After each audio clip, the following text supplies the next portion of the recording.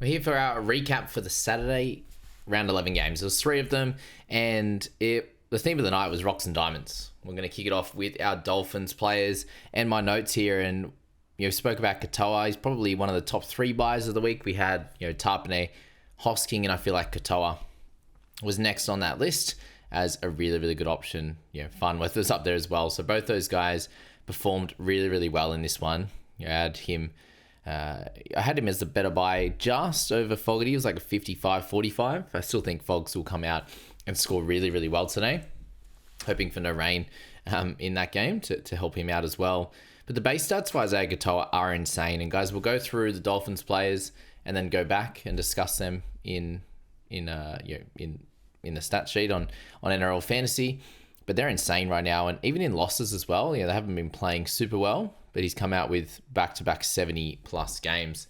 He did have 3 turnover tackles to boot as well. So we saw 3 from him. We also saw 4 from Ruben Garrick. So 2 players I don't own, which is always fun when the turnover tackles go that way.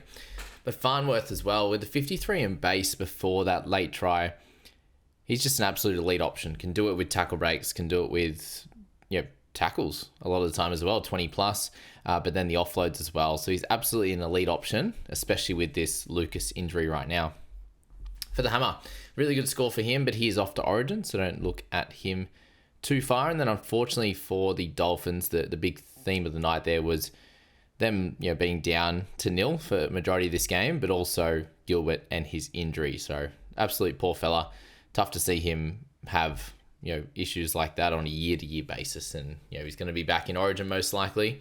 Although he did miss that tackle for that try to go in to then get the injury as well. So rub salt in the wound with that one.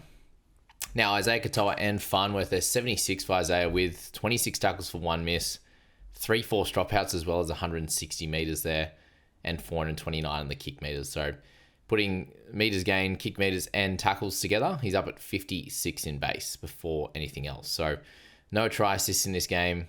No tries, no try savers, and you still managed to get 76. So he's very, very important, and he's someone that I would prefer to have in my side, but we'll see how things go. There are a few injuries and a few bits and pieces, so we'll have to work that one out. And then Savala with the low score, but Farnworth with 68 with that try late, as I said, ended up with 8 tackle breaks and 3 offloads, and he had all of that before that try. So 11 tackles, 0 misses, had 0 on the negatives front. And with Isaiah, only the 1 missed tackle there. For Hammer, the 59 with an assist and a try. So that really showed him a very improved mid part of this season after struggling, to be fair, in the first month.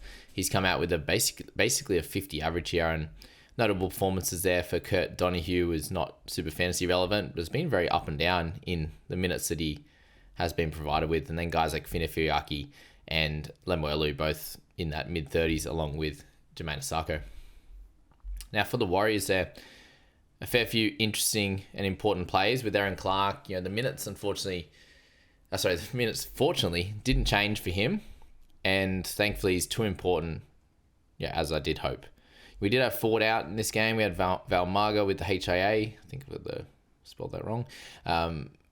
Out in this game, only played a small amount of minutes. So there's that to contend with, but him to go over 70 minutes, even if he sits in the 60s, he's absolutely an awesome guy to have and has been so important for this, since, 6 weeks ago. It's been absolutely incredible. So well done to him. I did just find out that potential 1-week suspension for JFH. Apparently he's, 2 if he fights and loses, but 1 if he takes the early plea. But it was definitely a back-to-basics game for Fish. He's such an important player for their side and got a good score of 52 with nice minutes in the end. He actually went off really early and then came back and played the majority of that second half. So that was really good from him. For Wade Egan, played 73 minutes, so a small rest in there, having Tamati Martin on the bench there. But a very stock standard, solid score for Wade Egan. For Halasima, just a really great second half for him. He started fairly slow by half time. He was well under 20 and ended up at 48. So very cool that he's getting the full 80 minutes, and a big congrats to owners of him.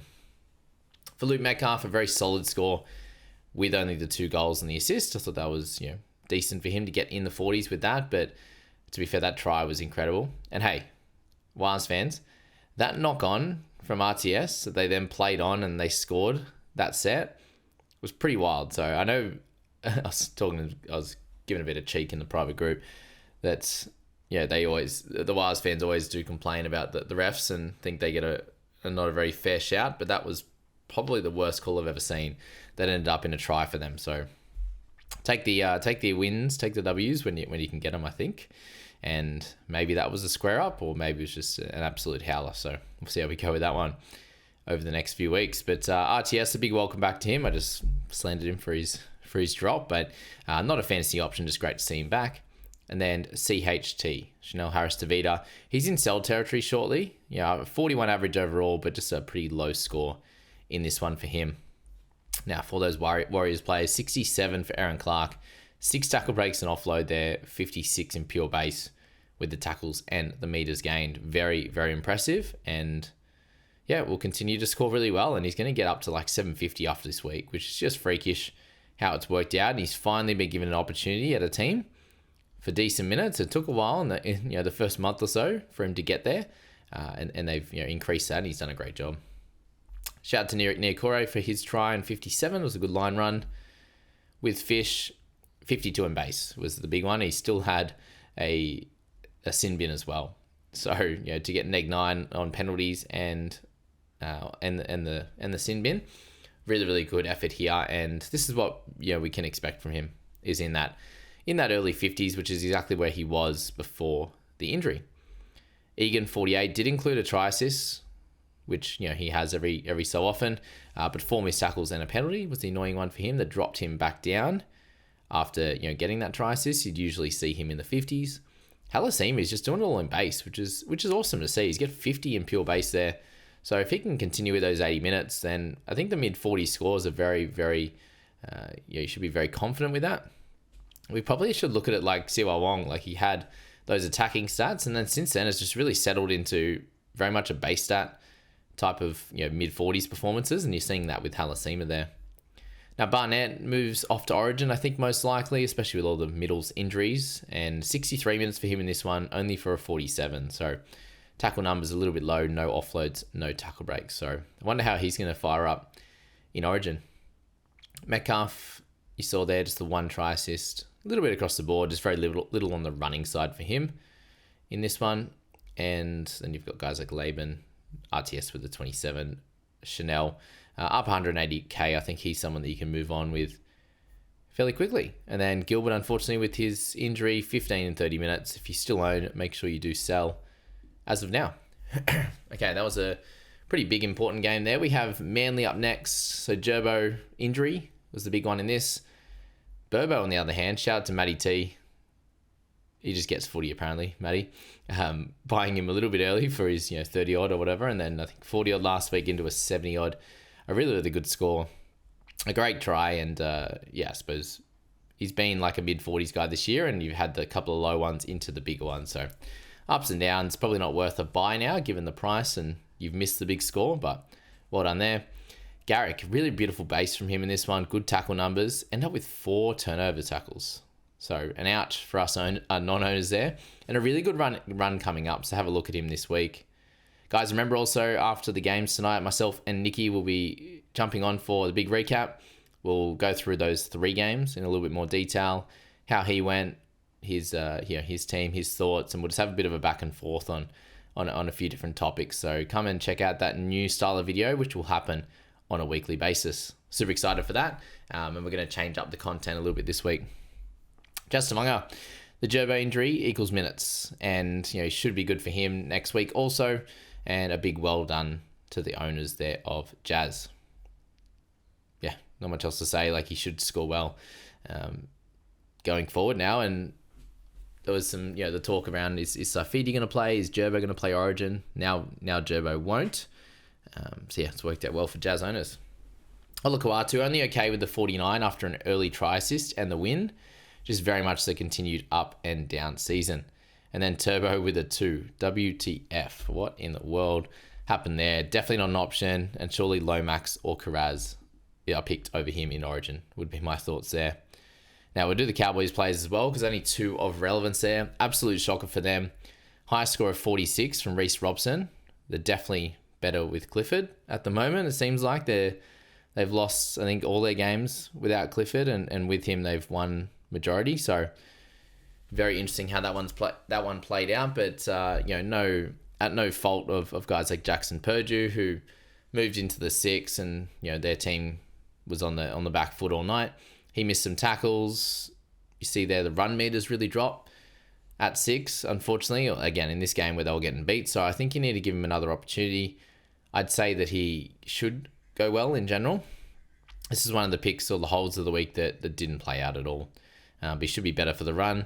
And then Drinky, if you've owned him for a while, then you sweep. But if you bought him this week, and I am sorry to everyone who did or does own him, I bought him this week in Supercoach after missing 4 tons in a row, or whatever it's been, 3 tons, and should have bought him 3 weeks ago. Didn't. Bought him this week. Thankfully, I didn't captain him. I VC'd him for his 27. So I'm very sorry to the Drinky. I absolutely killed him. And a bad loss. I actually did tip the Eagles. I thought that they were so bad last week that knowing that they're going to lose DCE and these guys, I feel like they needed a big win. And that was the way, apparently. But Betty Boy, 2 offloads, 5 tackle breaks was the big outlier for him, and averaging 43 now. Into the 500s, just an awkward price. Just get Hosking over him, etc. Shout out to Waddell for the 58 and 44. Beautiful PPM. Garrick's 57. That's at all base there. So you take out, let's just say you take out 3 of the turnover tackles, which would be about normal. He is still sitting at 45, and a good base stat game against a decent team, and the run does improve. We had Tavanga's 54, did include a line break, a little dirty offload to him, but did have 2 offloads in that, and right in the footy, so that's what you're going to get. 58 minutes from him in the middle is always a win. Shout out to Hopper, DCE and Saab, all getting 50 plus, but not relevant for us. Ola Kawatu with the try assist, as I said early, and 3 tackle breaks, 2 offloads. But when you have only 38 in base, it can be very, very difficult. You are relying on try assists and tries and offloads and tackle breaks, basically, all those extra attacking stats. Robson, the highest score for the Cows of 46, and then Rob Derby as well. Had, he's done pretty well. He's gained, he was 250k, so he's ended up going up really, really well, and he's someone that we were hoping to have in our sides come round 1. It just wasn't to be, and here we are. Did in 42, and then really it's only the relevant guys down below. In Purdue with 22, so he had 5 missed tackles, making 22, so only plus 12, which is what he'd be like at centre, but the big issue is those run meters. And then Drinky, 1 goal, 4 missed tackles and an error in this one, 1 forced dropout. Just nothing really went his way. It seemed to be a lot of the plays that he was trying to make got pulled back or whatever else, so he'll be better for the run. Tough loss for him. They'll have the bye to go back and sort out their life, and then come back and do really well, I think, like they did post-bye last time. All right, Sharkies. Real amazing win for them, 31-26 over Storm. Really good across the board they were, with 2 injuries early to Stone Street and Ramian. So, to have Atkinson out there, to have Xavier Coates dominating in the air, what an absolute freak. Like, we saw a freakish effort from Nwangani Tawaze, and then we saw, the mark of the century. Sorry, AFL fans. Incredible work from him in the air. Let's go to AFB. I think he's fine. I know he played lots of minutes and looked awesome, ran for 250 meters. So it sounds like him and McInnes are being saved for the big games, and that's when they get their bigger minutes. So AFB in this one, very important match for him.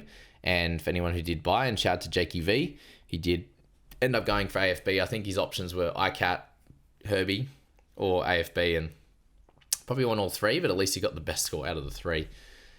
Euro, always a fun watch. Another try and an assist was great. Will he score a try every single game this year? We'll find out. Hines, thank goodness he scores across the board, because he a win. I will point out 2 turnover tackles for him. So I'll take my W's when I get them. Still think Katoa and Fogg still the correct plays over Hines, even though he got the 56. Obviously ICAT is, but we haven't seen Fogg yet. A great score with the low run meters and kick meters against the Storm. Goal kicking was great, so I think we just take that as a win and move on. McInnes, the big minutes for him. Score slightly underwhelming at 52 for how many minutes. So usually when he gets a 70, it's a 60 to 70 type score. Wasn't to be. Still a decent pick going forward, but AFB might be in people's thoughts now. After the big one, Brayley, fine. Nicola, just gross again. I think there's too many other options there. And for the Storm side of things, you had Munster, and it was the Munster and the coach show, basically. Munster, I felt was well controlled. He had really good kicking. The running was awesome. A very impressive game before Origin, so watch out, us New South Wales fans. Apparently, two great games for Munster in a row. Eli Katoa, very solid, an option soon. Grant, the 55 minutes, will he go straight into Origin? I think that he can, but who will they have at 14? Will it be Dearden coming on at 9? Will someone else move to 9? Can Grant go the 80 in Origin? I don't think so if he's coming off 55 for the Storm, but it was a nice, tough tussle. I thought he ran well out of dummy half. Pappy, a real tough one for him. Absolutely Drinky central. And then Hughes, round 16 option, maybe. Like, he's not looking great, apart from when they put on 64 points. So shout out to Mitchy boy. He's been talking Hughes up for a couple of weeks and continues to avoid him. Luckily, I think I think Tavanga he ended up having that scored pretty well. So he's like, I won't get Hughes then. So just another little, got away from that one, thank goodness. Alrighty. Just a deeper dive now with AFB, the 57 in pure base there and very limited on the negatives was the big win for him.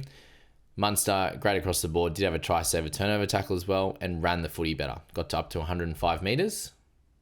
A sell now, come into Origin, but a great guy to have a look at later on. Unfortunately, with the 76 though, I'd say he'd be too expensive. Trent Liero, a great score there. Shout out to him. Iro, with the assist and the try, you're going to get good numbers there, as we know. But Hines, 27 tackles, 1 miss was the standout for him in this one, which helped him with the TOs.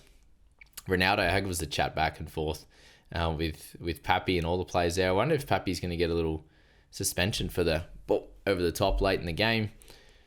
McInnes there, surprisingly enough, with the higher scoring, didn't have to tackle as much, but no offloads for him. Stefano, a little decent effort on that one. Xavier with his tries. Brayley picked up a try assist for AFB and still a pretty low score. So as you can see there, tackles for those middles, not super high. Grant with the line break, couple of offloads and still only 38. So I do think we avoid him long term and just look to hold Aaron Clark for the entire season. He's been spectacular. Nickera's 32, pretty gross as we said. Shout out to Atkinson coming on and playing 66 minutes and scoring those a couple of tries out there. But Nickera there with the 10 in negatives, low base, unless he's scoring tries, it's pretty gross at the moment. Burns, if you do own him, it's time to move on. It's been fun. Pappy, 100 into a 22. So the rocks and diamonds that do occur, and a 60 average across the two. Not too bad, but not great. And Hughesy's 19 there, 5 missed tackles. Just not happening for him. Offload, tackle breaks, and he needs to be in the attacking stats, which he just was the whole time last year. Now for Ramian, very, very cheap, under 500k. A 6 there will definitely be someone to watch in the centres as a bit of a pod come the end of the season.